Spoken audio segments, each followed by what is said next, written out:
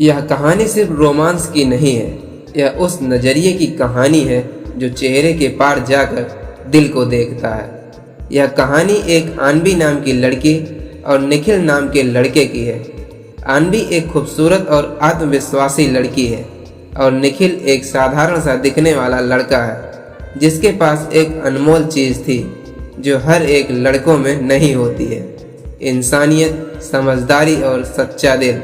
Delhi university का एक नामी college Rajeshwari college of arts and science, यहाँ का माहौल बाकी कॉलेजों से थोड़ा अलग था। यहाँ पर पढ़ाई कम और दिखावा ज़्यादा होता था। यहाँ पर इंस्टाग्राम स्टोरीज और रील्स की भाग दौड़ में हर कोई बसा था। कॉलेज की सबसे चर्चित शख्सियत थी आन्वी मल्होत्रा। 18 साल की यह लड़की न सिर्फ खूबसूरत थी बल्कि स्मार्ट, आत्मनिर्भर और बोल्ड भी थी। उसके बालों की चमक, मैगी परफ्यूम की खुशबू, ब्रांडेड कपड़े और सोशल मीडिया पर हजारों फॉलोअर थे। ये सब मिलकर उसे कॉलेज की मिस पॉपुलर बनाते थे। जहाँ भी वह जाती थी लड़के खड़े हो जाते थे और लड़कियाँ आन्वी को देखकर जलती थीं और टीचर्स भी उससे प्रभावित बिना हुए रह नहीं पाते थे। लेकिन वह भी जानती थी कि ये सब उसके लुक्स के कारण था, उसके अंदर के इंसान के कारण नहीं। जब कॉलेज चालू हुआ तब आन्वी का पहले सेमेस्टर का पहला दिन था। भीड़ में आन्वी की एंट्री हुई तो सबकी नज़रें उस पर टिक गई, लेकिन उस भीड़ में एक जोड़ी आंखें थी जो उसके इर्द गिर्द भी नहीं भटकी। वो और कोई नहीं बल्कि निखिल तिवारी था। हिंदी साहित्य का छात्र, अपनी किताबों में डूबा हुआ, सांवला रंग, साधारण कपड़े और सिर हल्का झुका हुआ। वह न किसी के आंखें मिलाता न किसी से मिलता जुलता। आन्वी को यह बात हैरान करने लगी। फिर आन्वी ने पूछा, एक कौन है, देखा तक नहीं मुझे। उसका आत्मसम्मान थोड़ा सा डगमगाया और आगे बढ़ गई, लेकिन उस लड़के की बेरुखी से उसे सोचने पर मजबूर कर गई।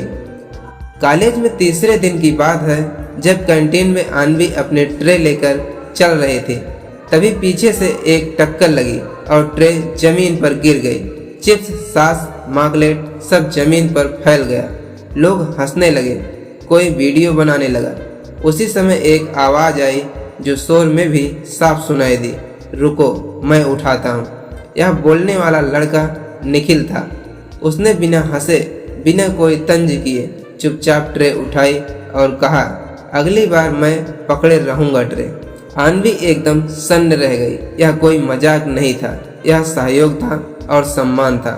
कुछ ही हफ्तों में दोनों के बीच बातचीत शुरू हुई। आन्वी के लिए यह नई बात थी।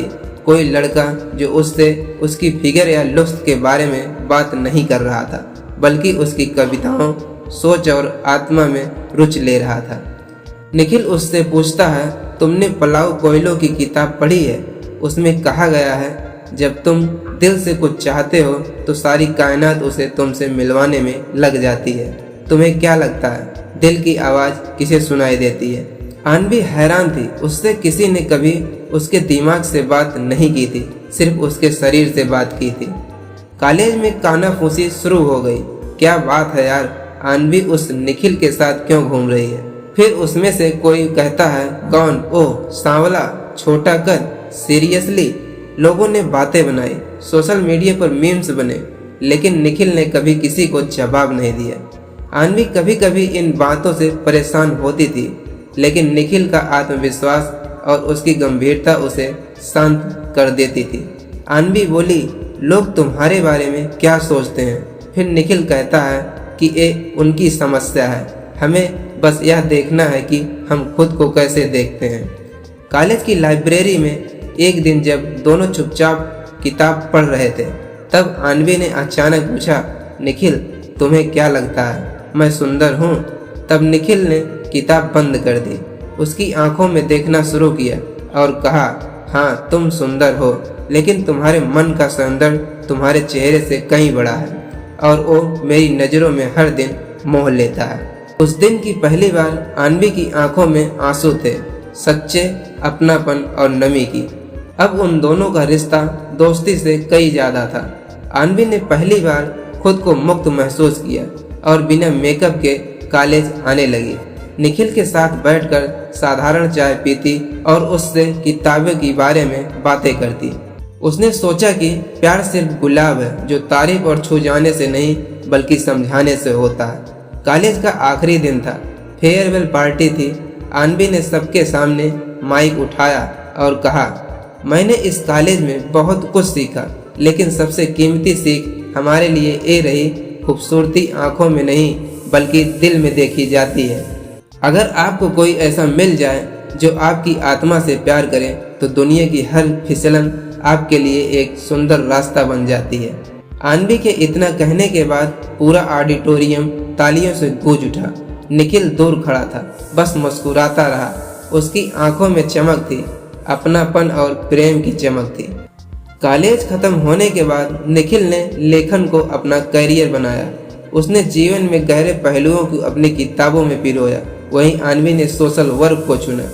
दोनों ने मिलकर एक संस्था शुरू की जिसका नाम रखा दिल की बात। यह संस्था युवाओं को आंतरिक सुंदरता, आत्मसम्मान और मानसिक स्वास्थ्य के बारे में जागरूक करती रही। वे अब सिर्फ एक जोड़ा नहीं थे बल्कि समाज के लिए एक प्रेरणा बन चुके थे। तो दोस्तों, यह कहानी एक सबक देती है, चेहरे पर उम्र की लकीरें आती हैं लेकिन दिल की चमक अगर सच्ची हो तो वो उम्र भर दमकती रहती हैं। तो दोस्तों, इसी के साथ यह कहानी का अंत होता है। आप सभी को अगर यह कहानी अच्छी लगी हो तो वीडियो को लाइक और चैनल को सब्सक्राइब कर लो। फिर मिलते हैं अगली कहानी के साथ, तब तक के लिए जय हो खाटू श्याम।